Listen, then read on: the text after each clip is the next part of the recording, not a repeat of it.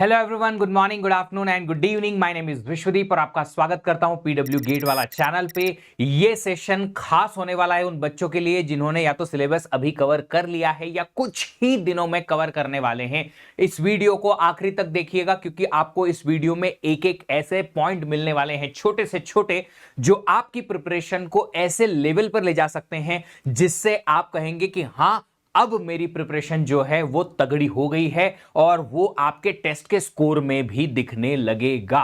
तो यहां जो हम बात करने वाले हैं वो ये है कि सिलेबस खत्म होने के बाद हम क्या करें। बहुत सारे बच्चों को समझ नहीं आता। देखो, बहुत महीनों पहले आपने कोर्सेस स्टार्ट किए थे, वो कोर्सेस का टच चले गया। प्रैक्टिस की थी, पीवाईक्यू सॉल्व किए थे, अगर आप उनको खोल के देखोगे तो लगेगा अरे ये पढ़ा भी था या नहीं पढ़ा था, मुझे याद ही नहीं है, मुझे कंसेप्ट याद नहीं है, कंसेप्ट को कैसे यूज करना है, ये क्वेश्चन मैंने कैसे सॉल्व किया था, मुझे कोई आइडिया नहीं लग रहा है। और ऐसे में फिर स्टूडेंट्स को थोड़ी सी नर्वसनेस आती है। कोई चिंता करने की जरूरत नहीं है बच्चों, अगर आपका सिलेबस बहुत जल्दी खत्म होने वाला है तो आप सब लोगों के पास ठीक ठाक इनफ टाइम है और काफी इनफ टाइम है कि अब आप रिमेनिंग टाइम में अपनी प्रैक्टिस, रिवीजन, टेस्ट सबको कवर कर सकते हैं। तो सबसे पहला जो पॉइंट यहां निकल के आता है कि सिलेबस कवर मतलब क्या। आपने थ्योरी कवर कर ली, ठीक है, थ्योरी के साथ में नोट्स बनाए होंगे, वो नोट्स आपको रिवीजन में मदद करेंगे। प्रैक्टिस की होगी आपने, कहीं ना कहीं आपको रेगुलर क्लास में डीपीपी एटसेट्रा मिले होंगे, क्लासरूम में आपने कुछ कुछ क्वेश्चंस प्रैक्टिस किए होंगे, तो थोड़े कुछ क्वेश्चन प्रैक्टिस किए आपने, और इसके अलावा पीवाईक्यू सॉल्व किए। अब बच्चा आएगा कुछ बोलेगा, sir sir sir sir sir PYQ नहीं किए सर। कोई बात नहीं, अब कर लेना, कम से कम आपके पास 4-5 महीने 6 महीने है तो सही। ठीक है, चलिए, तो पीवाईक्यूज अगर किए हैं तो बहुत अच्छी बात है, नहीं किए हैं तो हम कर लेंगे। वीकली टेस्ट आप लोगों की अगर बैचेस एटसेट्रा में अगर आप बैच में हैं तो वीकली टेस्ट भी आपको मिलते होंगे, नहीं है तो आपने नहीं लिखे होंगे, पर कम से कम इतना तो आपने किया ही होगा। इतना तो, अगर सिलेबस ओवर कर रहे हो तो एक एक बार पढ़ के नोट्स तो बना ही लिए होंगे। अब कोई बच्चा बोलेगा सर हमने नोट्स ही नहीं बनाए, तो बेटा रिवीजन फिर करने के लिए आपको दोबारा से लेक्चर देखने पड़ेंगे, थोड़ा टाइम कंज्यूमिंग टास्क हो जाएगा, पर ठीक है, रिवीजन तो करना पड़ेगा क्योंकि बिना रिवीजन के याद रहता नहीं है चीजें। तो सबसे पहले ये बात करेंगे कि इतना आपने कर लिया है। वीकली टेस्ट नहीं भी लिखा है तो कोई दिक्कत नहीं है, पीवाईक्यू अगर नहीं किए हैं तो कोई दिक्कत नहीं। अब इन बारे में बात कर लेते हैं कि आगे जाके करना क्या है। तो करना यह है, आपको करना है रिवीजन, फिर प्रैक्टिस और टेस्ट, और इन्हीं सबको करना है रिपीट रिपीट रिपीट रिपीट और रिपीट टिल योर एग्जामिनेशन। पर इसकी प्लानिंग कैसे बनेगी सर? रिवीजन कब करना है, कितनी बार करना है, कैसे करना है, टेस्ट को उसमें बीच में कहां लगाना है, टेस्ट कब कब लिखना है, कैसे उसकी एनालिसिस करनी है, सर प्रैक्टिस कैसे करनी है, कहां से करनी है, सब कुछ इस सेशन में मैं बताऊंगा एक एक करके। सबसे पहले तो रिवीजन के कुछ पॉइंट्स जो हैं मैं यहां पे आप लोगों को बता देता हूं कि सबसे पहले आपको रिवीजन कोर्स बाय कोर्स करना है, सब्जेक्ट बाय सब्जेक्ट। तो एक एक सब्जेक्ट आप उठाइए एक साथ में और सब्जेक्ट बाय सब्जेक्ट जो है वो रिवीजन शुरू करो, शुरुआत से लेक्चर बाय लेक्चर। अगर आपने नोट्स बनाए हैं तो वेल एंड गुड, बहुत शानदार, कम ही टाइम में आप रिवीजन कंप्लीट कर सकते हैं, नहीं तो आपको रिकॉर्डेड वीडियोस फिर से दोबारा देखने पड़ेंगे। कुल मिला के आप पूरा रिवीजन जो है सब्जेक्ट को पूरा थरली शुरुआत से लेकर आखिरी तक रिवाइज करेंगे। ये तो हो गया रिवीजन की बात। अब रिवीजन जो है सब्जेक्ट वाइज सब्जेक्ट तो होगा, पर सर पहला कौन सा सब्जेक्ट लें? पहला वो सब्जेक्ट लो जो आपको आसान लगता है, चाहे अभी अभी कंप्लीट हुआ हो या फिर हो सकता है आपने कुछ महीनों पहले कवर किया हो, बट आपको सबसे इजीएस्ट लगता है, जो आपके दिमाग में बैठा हुआ है। क्यों? क्योंकि इजीएस्ट कोर्स से रिवीजन करोगे तो एक तो आपका इंटरेस्ट आएगा कि आपको याद है और अच्छे से पता भी है, दूसरा आप उसके क्वेश्चन अच्छे से बना लेते हो तो कॉन्फिडेंस आएगा, और जब कॉन्फिडेंस आता है ना तो एक इंजीनियर, देखो मैं ये बात बोलते बोलते इतना खुश हो रहा हूं अंदर से, मैं बता नहीं सकता कि जब कॉन्फिडेंस आता है ना तो एक इंजीनियर अपने से 2 गुना ताकत का काम कर लेता है, अगर कॉन्फिडेंस आता है तो यहां अगर कॉन्फिडेंस आपका बढ़ने लगा और बिल्ड होने लगा ना, तो फिर आप अपनी रैंक, अगर आपकी 100 आ रही होगी ना तो वो अंडर 50 आसानी से पहुंच जाएगी, और अगर अंडर 50 आ रही होगी ना तो अंडर 10 तक भी पहुंच सकती है। तो ये सबसे ज्यादा जरूरी है कि सब्जेक्ट बाय सब्जेक्ट रिवीजन करेंगे, और सबसे पहले आप इजीएस्ट टू टफेस्ट कोर्स का लिस्ट बनाएंगे कि पहले कौन सा कोर्स, फिर बाद में सबसे लास्ट में कौन सा कोर्स जो टफ है।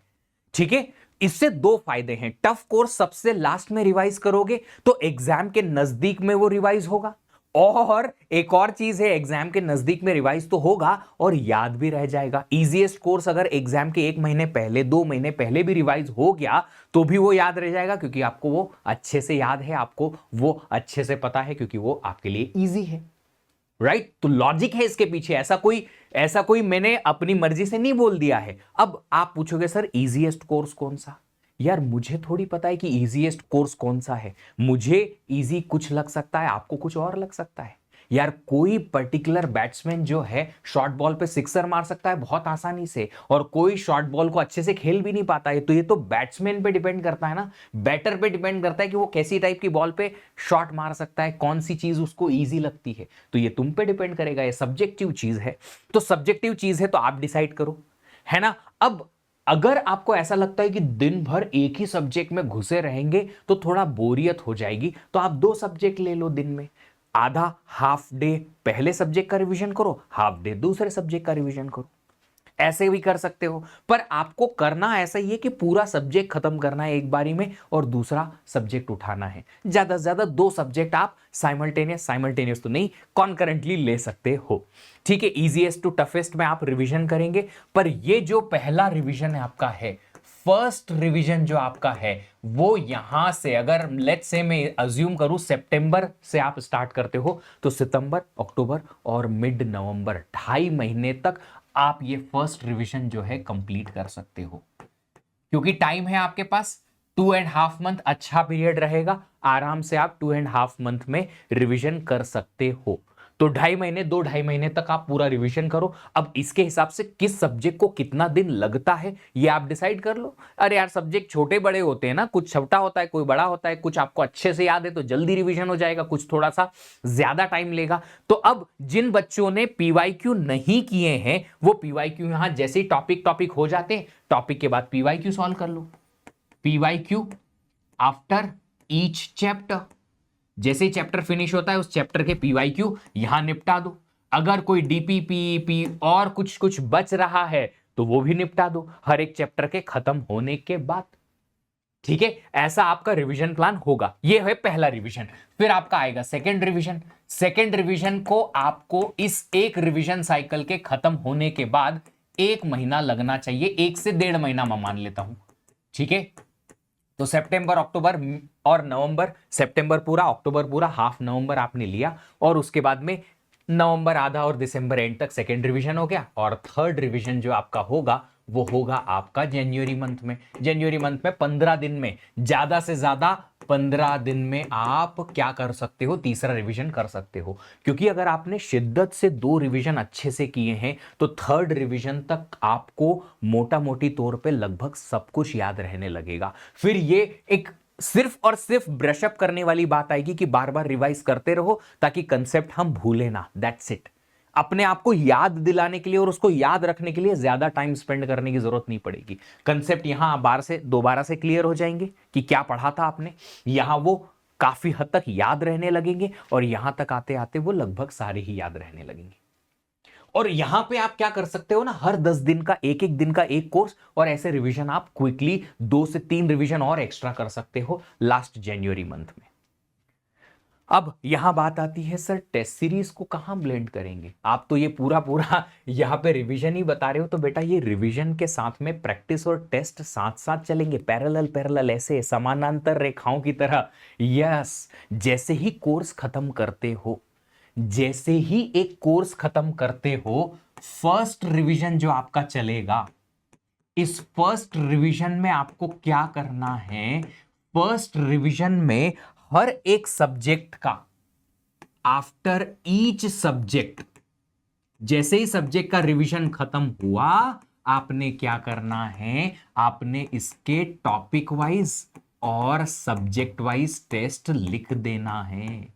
मिलेंगे आपको आपकी टेस्ट सीरीज में, बिल्कुल मिलेंगे। तो जैसे ही आपने कोर्स खत्म किया, एक रिवीजन हो गया उसका, पीवाईक्यू अगर आपने पहले से सॉल्व कर रखे हैं तो एक बारी देख लेना खाली, और अगर आपको लगता है कि यार ये पीवाईक्यू इजी है, बन जाएगा, तो छोड़ देना, मत प्रैक्टिस करना। कुछ एक दो पीवाईक्यू बीच बीच में से ऐसे रैंडमली उठा के और सॉल्व कर लेना।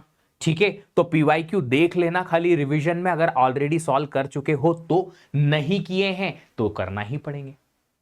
ऑलरेडी सॉल्व कर लिए तो देख लेना, और अगर सॉल्व नहीं किए तो सॉल्व करना पड़ेंगे चैप्टर बाय चैप्टर, और फिर क्या करना पड़ेगा, टेस्ट लिखना पड़ेगा सब्जेक्ट के एंड में। तो जैसे ही फर्स्ट रिवीजन आपका होगा, हर एक सब्जेक्ट के एंड में उसके topic wise subject wise test चलेंगे। एक टेस्ट सीरीज कम से कम तो 2 आप लेंगे ही लेंगे, तो एक टेस्ट सीरीज के सारे topic wise subject wise test as a practice यहां पे हो जाएंगे। फिर यहां से निकलेगी एनालिसिस। क्या निकलेगी इसकी? एनालिसिस। ये एनालिसिस क्या है? एनालिसिस रिपोर्ट आपकी बनेगी कि कौन सा टॉपिक वीक है, वीकर टॉपिक है ना, किस तरीके से कि कौन सा टॉपिक आप भूल चुके हो, कौन सा टॉपिक है क्वेश्चन आपसे नहीं बने, किस टाइप की आप प्रॉब्लम फेस कर रहे हो। कुछ कॉमन प्रॉब्लम होंगी टेस्ट लिखने की कि टाइम कम पड़ रहा है, कैलकुलेशन मिस्टेक हो रही है, क्वेश्चन रीड करने में फॉल्स का ट्रू, ट्रू का फॉल्स टिक कर दिया है ना, ये आपने यूनिट कुछ पूछी थी, आपने अलग आंसर कर दिया है। ये छोटी छोटी जो कॉमन मिस्टेक्स हैं, ये अगले टेस्ट में आपकी इंप्रूव होती जाएगी। अगले सब्जेक्ट के साथ जब जाएंगे तो पिछली पुरानी जो ये कॉमन मिस्टेक्स हैं सिली वाली, ये आप इंप्रूव करते चले जाएंगे। पर जो सब्जेक्ट की प्रॉब्लम है स्पेसिफिक, कि कोई एक सब्जेक्ट का एक टॉपिक आपका थोड़ा वीक है क्योंकि इसके क्वेश्चन आपसे नहीं बन रहे, या एक पर्टिकुलर टॉपिक का फॉर्मूला ही आपको याद नहीं रह रहे, तो वो सारे पॉइंट आपको weaker topics plus silly mistakes, ये 2 चीजें जो आपको आइडेंटिफाई होना चालू हो जाएंगी। यहां हम इन टेस्ट में मार्क्स स्कोर करने के लिए ये टेस्ट नहीं लिख रहे अभी, ये हम यहां अपने आप को जज करने नहीं बैठेंगे, क्योंकि मार्क्स तो आपको 100% कभी आएंगे ही नहीं कि आपने 25 मार्क का एक टेस्ट लिखा और 25 मार्क्स आ गए, होता ही नहीं है। तो 25 मार्क का अगर आपने टेस्ट लिखा है, 25 में से 15 आए, 10 आए, 12 आए, जो क्वेश्चन गलत हुआ क्वेश्चन बाय क्वेश्चन एनालिसिस करनी पड़ेगी। तो क्वेश्चन बाय क्वेश्चन एनालिसिस करके जो टॉपिक आपका वीक रह गया है, जिसके क्वेश्चन आपसे नहीं बन रहे हैं, उन टॉपिक के नाम आप यहां लिखेंगे। सिली मिस्टेक्स जो हो रही है उनको भी आप नोट डाउन करेंगे अलग से कॉपी में, और जब अगला सब्जेक्ट का topic wise subject wise test आएगा तो ये सिली मिस्टेक्स को नेक्स्ट सब्जेक्ट के साथ में सॉल्व करने की कोशिश करेंगे। ऐसे स्लोली स्लोली स्लोली स्लोली आपकी कुछ सारे सब्जेक्ट्स के एक एक बार के टेस्ट लिखने के बाद में ये सिली मिस्टेक्स जो हैं स्लोली कम हो जाएंगी। टाइम मैनेजमेंट थोड़ा सा बढ़ जाएगा, धीरे धीरे बढ़ेगा, अचानक नहीं बढ़ेगा कि एक टेस्ट में 15 आए तो अगली बार में मेरे को 20 आना जरूरी है, नहीं, कोई कंपल्शन नहीं है, पर स्लोली स्लोली इंप्रूव होगा अगर आप ध्यान देंगे तो, टाइम लगाएंगे तो। नर्वस नहीं होना है, क्योंकि ये वो टाइम है जब हम अपनी एबिलिटी पे काम कर रहे हैं। 4 महीने अभी भी एग्जाम के बाकी हैं। ये जो टेस्ट का रिजल्ट आएगा वो एग्जाम का रिजल्ट नहीं है बच्चा। तो इसको ऐसे मत लेना कि एग्जाम का रिजल्ट आ गया, इतने कम मार्क्स आ रहे हैं सर, हम तो नर्वस ही हो गए। और एक चीज और जो मैं बता दूं वो ये है कि आप फ्रस्ट्रेट हो रहे हो, नर्वस हो रहे हो, ऐसे शब्द यूज कर लेना, बट एक बहुत मेडिकली बहुत डीप शब्द है जो मैं यहां यूज भी नहीं करूंगा, वो मत करना। क्योंकि एक वर्ड जो DEP से स्टार्ट होता है, वो वर्ड एक्चुअली मेडिकली बहुत डीप टर्म है और ये बीमारी है, नॉर्मल चीज नहीं है। तुमको ना नर्वसनेस होती है, लो फील होता है, पर बीमारी नहीं है कुछ भी, तो वो शब्द यूज करना ही नहीं है। क्यों नहीं करना है? क्योंकि बार बार अगर वो शब्द यूज करते हो ना तो मेंटल इफेक्ट पड़ता है आपके माइंड पे, दिमाग पे असर पड़ता है, जो नी हो बीमारी वो भी आने लगती है। तो क्यों करना है ऐसा, दिमाग को खराब क्यों करना, राइट? आप, आई अंडरस्टैंड मार्क्स कम आते हैं, बुरा फील होता है, पर ये तो अच्छी बात है ना। हमें खुश होना चाहिए कि यार अभी पता चल गया 4 महीने पहले कि मार्क्स कम आ रहे हैं, ताकि एग्जाम तक जाते जाते हम इंप्रूव करने की कोशिश कर पाए। अगर यही टेस्ट मैंने आखिरी के महीने में लिखा होता, जनवरी में, और वहां मार्क्स कम आते, तो मेरा तो पट्टा ही बैठ जाता, है ना? आ रही बात समझ में क्या कह रहा हूं मैं? So it's very simple case कि आप जो है, आप तो फिर बैठ ही जाते, अरे सर अब 1 महीने में हम क्या ही इंप्रूव कर पाएंगे। इसलिए 4 महीने, 3 महीने, 5 महीने, जितना भी टाइम आपको मिल रहा है इंप्रूव करो और इन पे ध्यान दो, ठीक है? तो फर्स्ट रिवीजन के साथ साथ subject wise topic wise test लिखेंगे। जैसे ही सब्जेक्ट खत्म हो जाएंगे उसके बाद उनकी एनालिसिस करेंगे, वीक टॉपिक और सिली मिस्टेक्स की लिस्ट बनाएंगे। सिली मिस्टेक्स को अगले सब्जेक्ट के साथ में क्या करेंगे, रेक्टिफाई करेंगे, और वीकर टॉपिक को सेकेंड रिवीजन के साथ में। तो जब आपका सेकेंड रिवीजन आएगा ना बच्चा, तो सेकेंड रिवीजन में आप क्या करिएगा, सेकेंड रिवीजन में आपकी जो सेकेंड टेस्ट सीरीज है, ये पहली वाली टेस्ट सीरीज थी, एक दो टेस्ट सीरीज में से जो फर्स्ट टेस्ट सीरीज थी आपकी, फर्स्ट टेस्ट सीरीज जो थी, इसके आपने क्या लगाए, टॉपिक वाइज और सब्जेक्ट वाइज टेस्ट लगाए। सेकेंड टेस्ट सीरीज में सेकेंड रिवीजन की सेकेंड टेस्ट सीरीज जो है उसके topic wise and subject wise test लिखेंगे।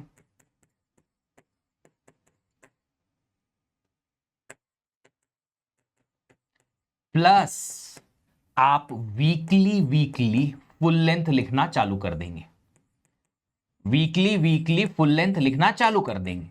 ये फुल लेंथ हम अभी इसलिए लिख रहे हैं कि 3 घंटे बैठने का हमें आइडिया हो जाए कि 3 घंटे कंसंट्रेट करने का कैसे होता है ना, क्योंकि टफ होगा शुरुआत में, तो 3 घंटे बैठ नहीं पाओगे आप इतना हाई कंसंट्रेशन के साथ। ठीक है, 3 घंटे पेपर जब आप अटेम्प्ट करते हो तो कैसे अटेम्प्ट करते हो, किस प्रकार के क्वेश्चन को पहले टेकल करते हो, किस तरीके से नहीं करते हो, इसका भी एक सेपरेट वीडियो बनाएंगे कि टेस्ट कैसे अटेम्प्ट किए जाते हैं, उसके बारे में बात करेंगे।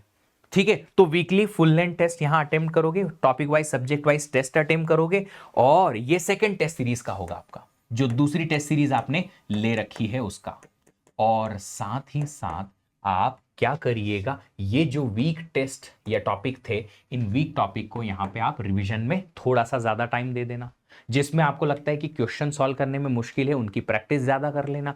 जिनको लगता है कि यार कंसेप्ट भूल रहे हैं, उनको रिवाइज थोड़ा अच्छे से टाइम देके कर लेना। ऐसे करके आप अपनी टेस्ट सीरीज को क्या करेंगे, प्लान करेंगे। फिर आपका आएगा थर्ड रिवीजन। जब आपका थर्ड रिवीजन आएगा, इस थर्ड रिवीजन के साथ में आप क्या करिएगा, जितने भी दोनों टेस्ट सीरीज के जितने भी टेस्ट हैं, रिमेनिंग ऑल टेस्ट, जितने भी टेस्ट हैं बोथ टेस्ट सीरीज, जैसे कि कुछ कुछ कॉम्बो टेस्ट होते हैं, अगर आपके पास तीसरी टेस्ट सीरीज है, अगर थर्ड टेस्ट सीरीज है, तो थर्ड टेस्ट सीरीज के टॉपिक वाइज और सब्जेक्ट वाइज ये टेस्ट आप यहां लिख सकते हैं। और इसके अलावा आप इसके पैरेलल में वीकली क्या करेंगे, वीकली या बाई वीकली क्या करेंगे, फुल लेंथ टेस्ट तो लिखेंगे ही लिखेंगे, क्योंकि फुल लेंथ टेस्ट जो है वो आपके एग्जाम तक चलते रहेंगे। पर फुल लेंथ टेस्ट के लिए मेरे पास एक और भी बड़ा सजेशन है। जब आप जनवरी मंथ में आएंगे ना बच्चा लोग, जनवरी मंथ में आएंगे ना, तो लास्ट के 20 डेज में, लास्ट एग्जाम के आखिरी के 15-20 दिनों में आप एक काम करिएगा, प्रीवियस ईयर गेट का, previous year GATE paper as mock लिखिएगा, एज मॉक, पूरा फुल लेंथ टेस्ट। क्योंकि आपको पता होना चाहिए ना, टेस्ट सीरीज हम बनाते हैं, हम आईआईटी के प्रोफेसर तो है नहीं, हम गेट एग्जाम कंडक्ट कराने वाले तो है नहीं, तो कहीं ना कहीं इररिलेवेंट क्वेश्चन भी बहुत आते हैं दूसरी टेस्ट सीरीज में, और कुछ कुछ छोटी छोटी मिस्टेक्स भी रह जाती हैं, वो गेट के पेपर में नहीं होती। लेवल भी बढ़िया शानदार रहता है। तो इससे आपको आइडिया होगा कि गेट लेवल का पेपर, सिमिलर पेपर जो है, उसमें मेरा परफॉर्मेंस कैसा रहता है, 3 घंटे में पेपर होता है कि नहीं होता है। आपको बहुत सारे क्वेश्चन ऐसे होंगे जो आप खुद से बहुत बार सॉल्व कर चुके होंगे इन पेपर्स में, तो आप क्या करिएगा, लेटेस्ट वाले पेपर उठाइएगा। लेटेस्ट मैं बोल रहा हूं 2025 के दोनों पेपर ले लो, 24 का ले लो और 23 का ले लो। ऐसे आप 2-3 लेटेस्ट वाले जो प्रीवियस ईयर गेट के पेपर हैं, उनको क्या करिएगा, उनको लिखिएगा as mock full length test 3 घंटे बैठ के। इससे फायदा यह होगा कि आपको एक गेट के लेवल के पेपर का आइडिया हो जाएगा कि किस टाइप के क्वेश्चन जो है वहां पे पूछे जाते हैं और हम उनको कैसे बना देते हैं। तो ये हो गया आपका रिवीजन और टेस्ट सीरीज का प्लान। अब इनके बीच में आपको प्रैक्टिस को एम्बेड करना है। तो जब आप रिवीजन करोगे ना टॉपिक वाइज, तो आप प्रैक्टिस कर सकते हो अपनी डीपीपीज उठा के वापस, जो क्लासरूम में क्वेश्चन किए हैं उनके थ्रू, पीवाईक्यूज के थ्रू। और अगर आपके पास अपॉर्चुनिटी मिलती है कि आप 1500 सुपर 1500 सीरीज हमारी पीडब्ल्यू की ले पाएं, तो आप वहां से भी प्रैक्टिस कर सकते हैं। कब आएगी, सबसे पहला क्वेश्चन ये, सर सुपर 1500 कब आएगा? बहुत जल्दी आपको पता चल जाएगा बेटा। मोस्टली सितंबर एंड से हम सुपर 1500 सीरीज लॉन्च कर देंगे, जहां आपको प्रैक्टिस क्वेश्चंस मिलने वाले हैं।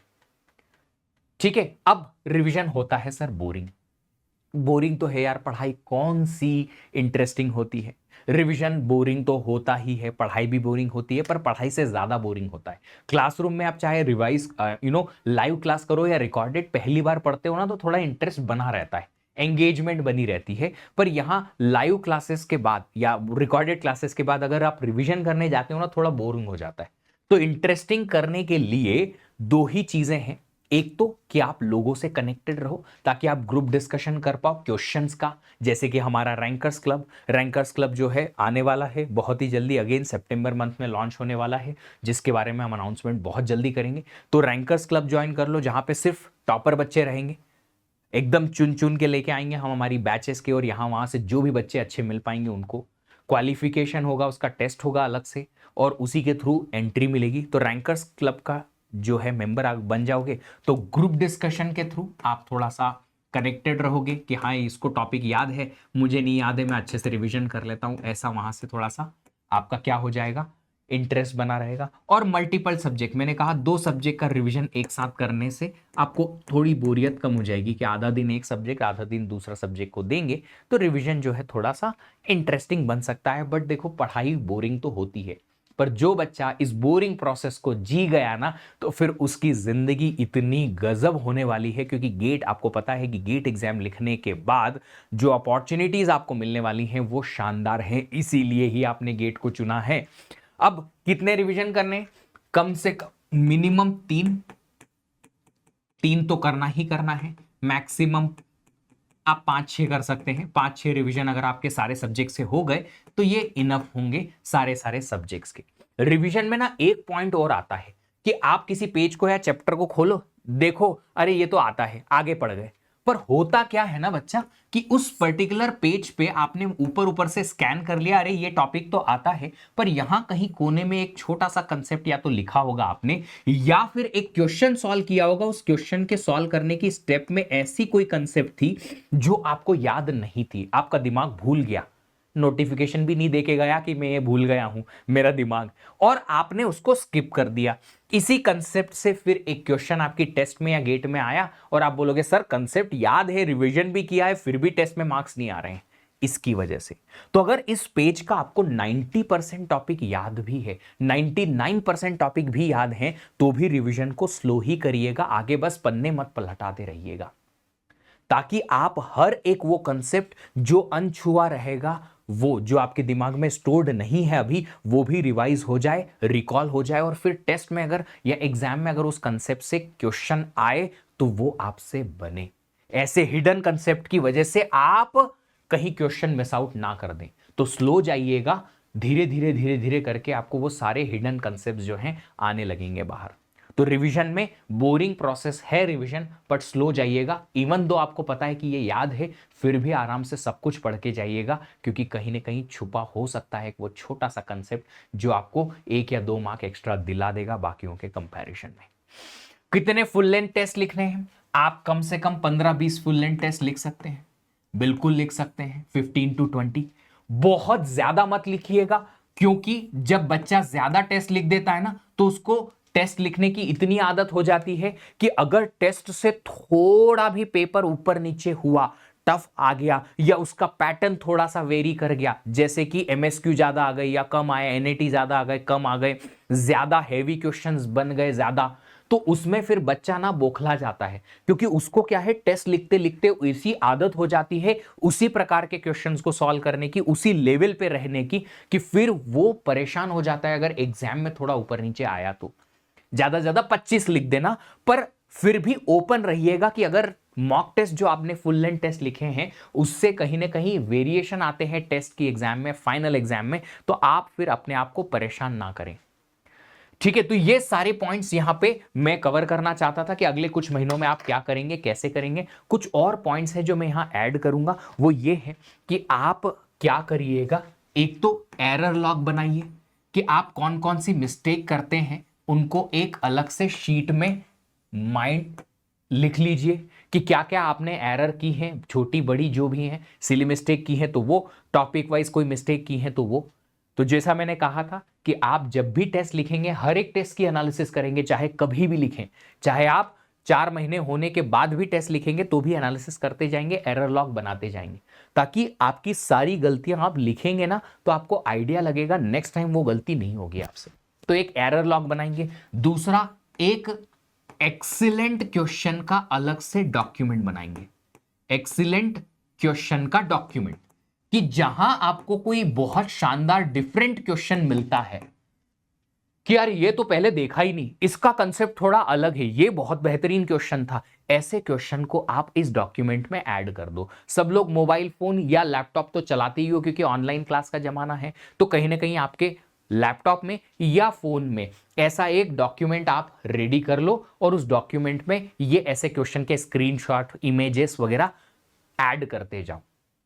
सॉल्यूशन है तो सॉल्यूशन की इमेज, अगर आप इमेज अपलोड कर दोगे, इमेज टाइप कर सकते हो तो टाइप, जैसे भी है उस डॉक्यूमेंट में मेंटेन करते रहो। जब भी आप फुल लेंथ टेस्ट लिखोगे, कोई बड़ा टेस्ट लिखोगे, तो उसके पहले इन डॉक्यूमेंट को रिवाइज करके जाओ। सब्जेक्ट वाइज ये डॉक्यूमेंट बना लेना, ताकि आपको क्या रहे, हर एक सब्जेक्ट का कोई टेस्ट लिखोगे या फुल लेंथ टेस्ट लिखोगे तो ऐसे क्वेश्चन को आप छोड़ के ना जाओ, क्योंकि ये वो क्वेश्चन है, अगर ऐसा टेढ़ा क्वेश्चन आपने कहीं क्लास में देखा या टेस्ट में देखा या हमारे रैंकर्स क्लब के टेस्ट जो होंगे उसमें देखा, और वहां से as it is question GATE में आ गया, तो तुम उछल कूद मचा दोगे, क्योंकि आपने बहुत एक्सक्लूसिवली वो क्वेश्चन जो है वो 1-2 बार देखा हुआ होगा, बाकी लोग जो है शायद देख के भी कहीं कहीं मिस आउट कर देंगे। तो ये आपको बहुत हेल्प करेगा, एक्सीलेंट क्वेश्चन का डॉक्यूमेंट। इसमें आप पीवाईक्यू भी ऐड कर सकते हो कुछ अलग, अगर पीवाईक्यू हैं तो इससे आपको बहुत फायदा मिलेगा। और तीसरी चीज जो है वो है आपका मार्क्स ट्रैकर। ये हम जो है आपको कोशिश करेंगे कि आपको प्रोवाइड कर दें। टेस्ट सीरीज के मार्क्स की जो बात हो रही है कि टेस्ट सीरीज में कौन कौन सा टेस्ट लिखा, कितने मार्क्स का वो था, कितने आपको स्कोर आया, कितने गलत हुए, कितने सही हुए, कितने नेगेटिव हुए, ये सब जो है आप इस ट्रैकर के थ्रू ट्रैक करते रहिए, जिससे कि आपको ना एंड मोमेंट अपने आप के परफॉर्मेंस को एनालाइज करने में फायदा होगा कि अच्छा मेरा टेस्ट का स्कोर इंप्रूव हो रहा है कि नहीं हो रहा है, नंबर ऑफ रॉन्ग आंसर्स जो हैं कम हो रहे हैं कि नहीं हो रहे हैं, नंबर ऑफ करेक्ट आंसर्स बढ़ रहे हैं कि नहीं बढ़ रहे हैं, अनअटेम्प्टेड क्वेश्चन जो हैं वो कितने हैं, क्या वो कम हो रहे हैं या नहीं हो रहे हैं, क्योंकि मैं जैसे जैसे रिवीजन करूंगा, प्रैक्टिस करूंगा, तो मुझे ज्यादा से ज्यादा क्वेश्चन जो है बनने लगेंगे। जैसे जैसे प्रैक्टिस करूंगा मेरी स्पीड इंक्रीज होगी और मेरे से ज्यादा number of question come time में बनने लगेंगे। अच्छा, स्पीड से एक और बात आई है कि जब आप टेस्ट लिखते हैं तो आप स्पीड पे ज्यादा ध्यान देते हैं कि मैं सारे क्वेश्चन देख लूं, और एक्यूरेसी पे कम। ऐसे तो मैं, अगर मुझे बोला जाए कि स्पीड पे ही ध्यान दो, एक्यूरेसी छोड़ दो, तो मैं तो 5 मिनट में पूरा पेपर सॉल्व कर दूं गेट का। पूरा क्वेश्चन पे गया, अपनी मर्जी से कुछ भी एबीसीडी लगाया, आगे बढ़ गया, अगले क्वेश्चन पे गया, एबीसीडी लगाया, या एनएटी है तो रैंडम कोई आंसर डाला, एमएसक्यू है तो कोई भी रैंडम 1-2 ऑप्शन टिक किए और आगे बढ़ गया। अगर एक्यूरेसी पे ध्यान देना ही नहीं है तो मैं स्पीड में तो कुछ भी कर सकता हूं, पर मार्क्स थोड़ी आएंगे। मार्क्स तो तब आएंगे कि अगर आपने 65 में से अगर 60 ही क्वेश्चन देखे, 5 क्वेश्चन देखे ही नहीं, पर 60 में से भी 59 आप करेक्ट करके आए, या 58 करेक्ट करके आए, या 55 करेक्ट करके आए, तो मजा है। आप 65 के 65 क्वेश्चन पढ़ लो, पर उसमें से अगर 40 ही करेक्ट आए, तो डेफिनेटली आपका एक्यूरेसी तो कम आया ना। तो स्पीड पे हम देंगे सेकेंडरी फोकस, पहले आप एक्यूरेसी पे ध्यान दो। जैसे जैसे आपकी एक्यूरेसी इंप्रूव होती जाएगी, ज्यादा करेक्ट आंसर्स निकलते जाएंगे, आप प्रैक्टिस के साथ अपनी स्पीड ऑटोमेटिकली इंप्रूव कर दोगे, ऑटोमेटिकली। तो ये चीज का ध्यान रखिएगा, टेस्ट लिखते वक्त आप जल्दबाजी ना करें, प्रैक्टिस करते वक्त जल्दबाजी ना करें, क्वेश्चन को करेक्ट करने पे ध्यान दें। पहले क्वेश्चन को आराम से पढ़ें, सॉल्व करें आराम से, कोई जल्दबाजी नहीं, कोई रश नहीं, क्योंकि जल्दबाजी में गलतियां ज्यादा होती हैं। ठीक है, फिर एक वीडियो में मैं आपको और बताऊंगा कि टेस्ट सीरीज को कैसे अटेम्प्ट करना है, फुल लेंथ टेस्ट को कैसे अटेम्प्ट करना है, छोटी छोटी कौन कौन सी वो चीजें हैं जो टेस्ट अटेम्प्ट करते वक्त आपको ध्यान रखनी है।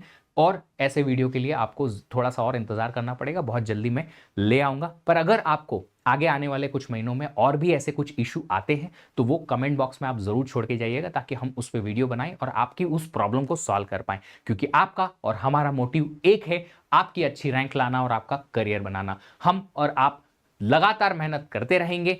Keep learning happily. See you again in the next session. Thank you, bye bye.